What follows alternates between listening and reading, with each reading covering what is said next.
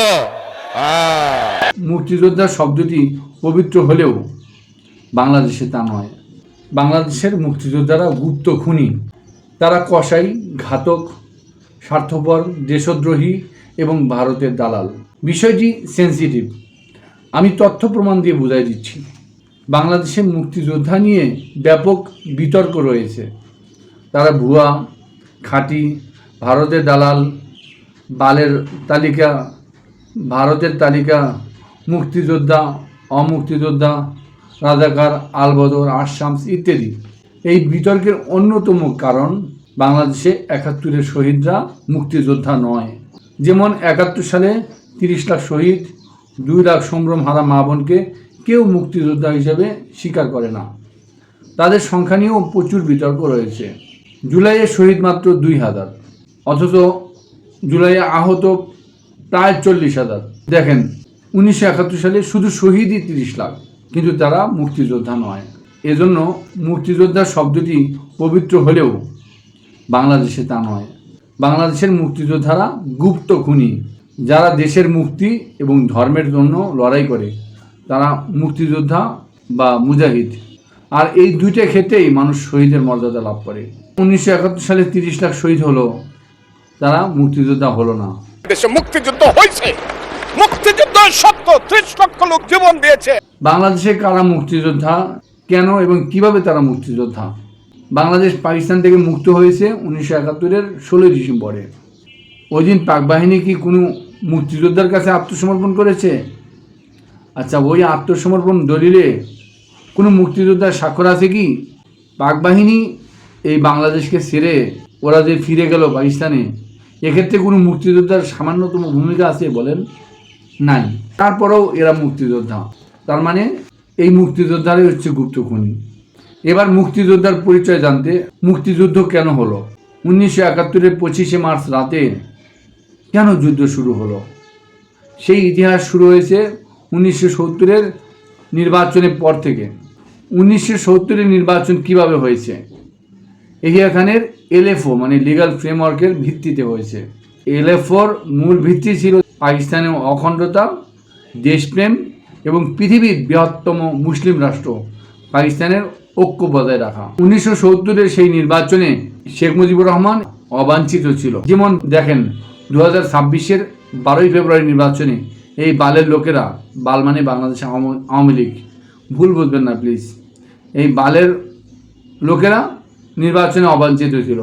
১৯৭০-এর নির্বাচনে শেখ মুজিব এরকম অবাঞ্ছিত ছিল। পাকিস্তান সরকারের কাছে শেখ মুজিব ভারতের দালাল বা চর হিসেবে স্বীকৃত ছিল। সে ছিল ৬ দফার ঘোষক। ৬ দফা ছিল পাকিস্তান ভাঙ্গার ভারতের নিকৃষ্ট কৌশল। অবাঞ্ছিত শেখ মুজিব কিভাবে ৭০-এর নির্বাচনে অংশ নিল? এটা হচ্ছে সবচেয়ে গুরুত্বপূর্ণ ইতিহাস। বাংলাদেশের মানুষ এই সত্য ইতিহাস থেকে সম্পূর্ণ অজ্ঞ এবং মূর্খ হয়ে আছে। ৭০-এর নির্বাচনে অংশ নেওয়ার জন্য শেখ মুজিব ইবলিস শয়তানের পদ্ধতি অবলম্বন করেছিল। ইবলিস শয়তান যেভাবে বারবার কসম করে করে আদম আলাইহিস সালাম এবং হাওয়া আলাইহিস সালামকে সীমালঙ্ঘন করিয়েছিল, শেখ মুজিব ইবলিস শয়তানের মতো এহিয়া খানের কাছে বারবার কসম করেছিল, মানে ৬ দফা থেকে ফিরে আসার শক্ত ওয়াদা করেছিল।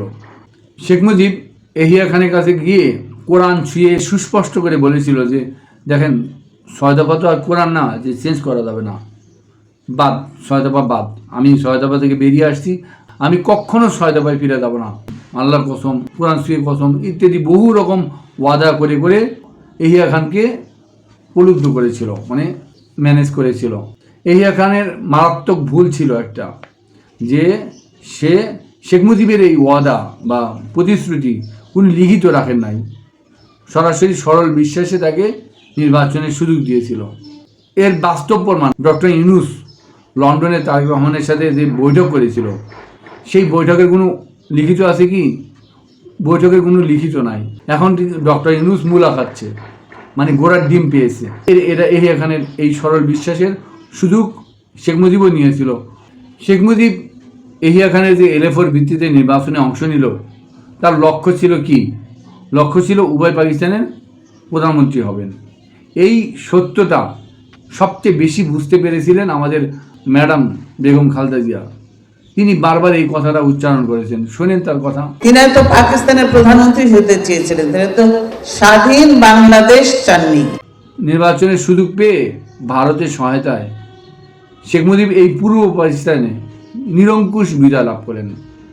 তার মানে ওই সময় হোল পাকিস্তানে আসন ছিল 313টা, শুধু পূর্ব পাকিস্তানে আসন ছিল 169টা। সেই 169 আসনের মধ্যে শেখ মুজিব 167 আসনে নিরঙ্কুশ বিজয় লাভ করলেন। পশ্চিম পাকিস্তানের শেখ মুজিব একটা আসনও পান নাই। বিষয় সেখানে না, নির্বাচন অনুষ্ঠিত হলো।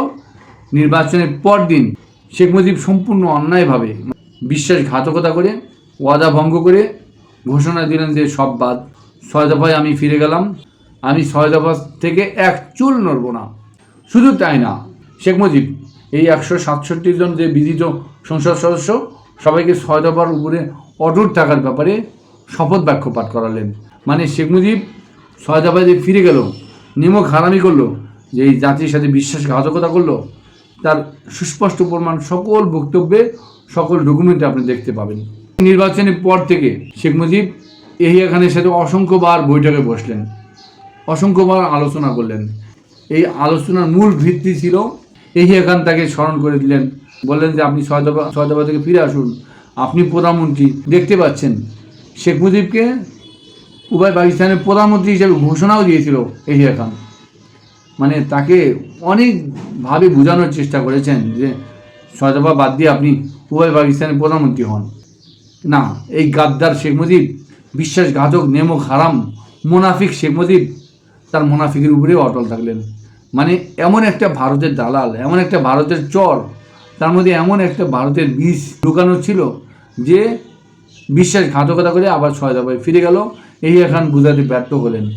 25শে মার্চ পর্যন্ত প্রতিদিন বৈঠক করলেন, ব্যর্থ হলেন 6 দফা থেকে ফিরে আনতে। বাধ্য হয়ে যুদ্ধ শুরু হলো, যে 6 দফার ভিত্তিতে শাসন করবে, পুরো পাকিস্তান ছিন্ন বিচ্ছিন্ন করে দেবে, ভেঙে ফেলবে, ভারতের তাবেদার হবে। তার কাছে ক্ষমতা না দিয়ে পুরো যুদ্ধ শুরু হলো। আমরা বুঝতে পারলাম এই যুদ্ধের মূল দায়, এই রক্তক্ষয়ী যুদ্ধের যে দায়, শেখ মুজিবের বিশ্বাসঘাতকতা। ওই সময়ে যারা 70-এর 71-এর যারা যোদ্ধা, দেশবাসী সবাই জানে যে এই বিশ্বাসঘাতকতার ফল হলো এই 71-এর যুদ্ধ। শেখ মুজিব ডক্টর কামালকে নিয়ে পাকিস্তানে চলে গেল, আর জাতীয় চার নেতা থেকে শুরু করে সবাই ভারতে চলে গেল। যুদ্ধ কারা করলো? যুদ্ধ তো এদেশে মানুষই করেছে। এদেশকে মুক্ত কারা করলো? এদেশে মানুষই তো সাফারিং করেছে, 30 লাখ প্রাণ হারিয়েছে এদেশের মানুষ, অথচ সেই 30 লাখকে ওরা মুক্তিযোদ্ধা মানে না। দেখেন, মুক্তিযোদ্ধার স্বীকৃতি তালিকা নিয়ে আমরা ব্যাখ্যা করতে গেলে জিয়াউর রহমানের দিকে তাকাই। জিয়াউর রহমান কিন্তু এই সত্য জানতেন, তার বউ যেমন বেগম খালেদা জিয়া জানেন। তিনি তো পাকিস্তানের প্রধানমন্ত্রী হতে চেয়েছিলেন, তিনি তো স্বাধীন বাংলাদেশ চাননি। জিয়াউর রহমানও জানেন। তারপরেও স্বাধীনতা ঘোষণা দিলেন শেখ মুজিবের পক্ষে।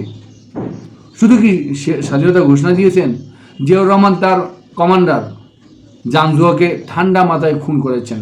ডকুমেন্ট দেখেন। সমস্ত পশ্চিম পাকিস্তানি অফিসারদের গ্রেপ্তার করা হয়েছে। মেজর জিয়াউর রহমানের নির্দেশে এটা করা হয়েছে। মেজর জিয়াউর রহমানের সাথে আমার দেখা হয়, তিনি বললেন যে এখন থেকে তিনি হচ্ছেন ব্যাটালিয়নের কমান্ডিং অফিসার। তিনি আরো বললেন যে গোলাগুলির খবর তিনি শুনেছেন এবং এই খবর শোনার পর তিনি ব্যাটালিয়নের commanding officer lieutenant colonel Janjua সহ অন্যান্য পশ্চিম পাকিস্তানি অফিসারদের গ্রেপ্তার করেছেন।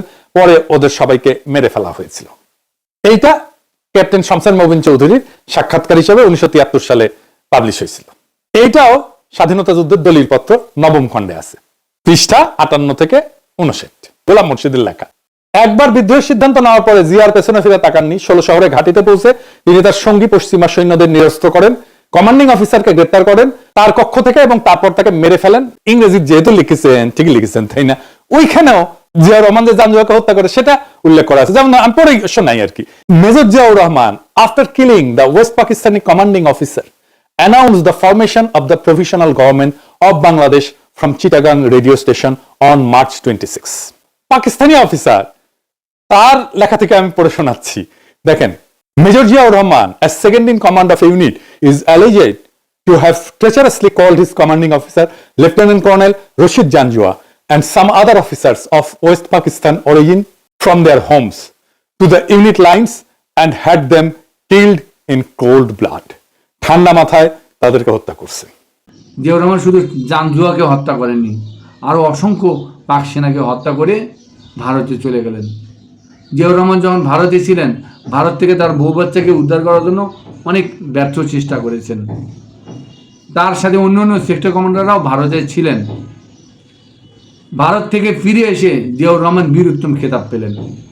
তার মানে এই যে মুক্তিযোদ্ধার খেতাব, মুক্তিযোদ্ধার তালিকা, এই বিষয়টা ভালো করে লক্ষ্য করেন।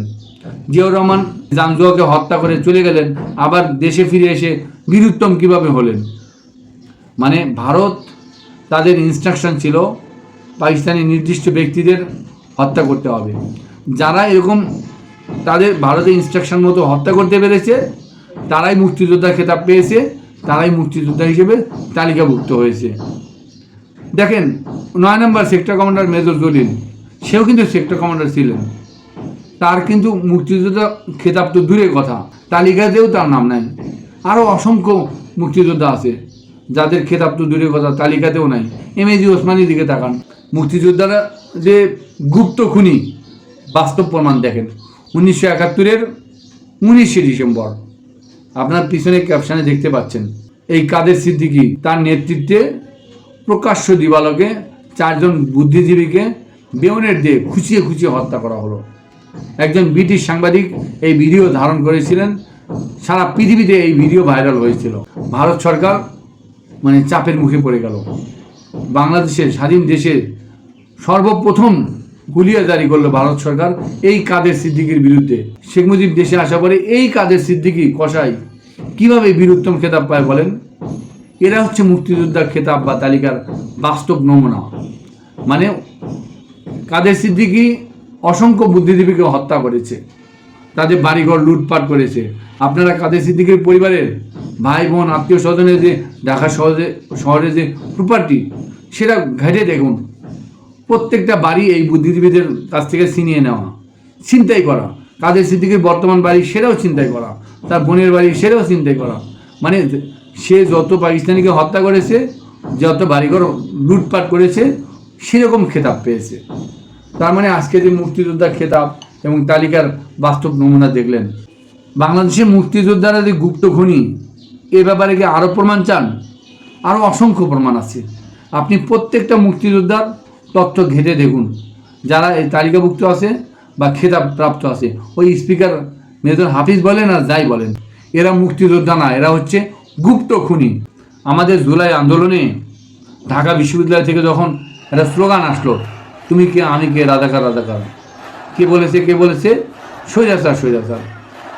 এই মিছিলটা দেখুন, যেদিন এই মিছিলটা হলো ঢাকা বিশ্ববিদ্যালয় থেকে, সেদিনই এই গুপ্ত খুনি মুক্তিযোদ্ধারা পালানোর পথ খুঁজছিল।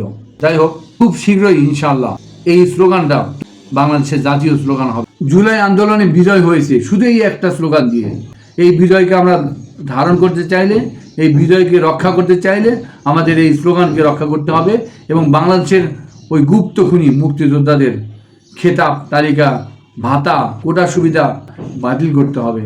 তখন আমাদের পুরো জাতি ঐক্যবদ্ধ হবে, একটা সমৃদ্ধ বাংলাদেশ পাবো। সেই প্রতীক্ষায় আমার পরবর্তী পর্ব 1971-এর 16 ডিসেম্বর ভারত বাংলাদেশকে কেন দখলে রাখতে পারলো না, ততক্ষণ সাথেই থাকুন। ধন্যবাদ।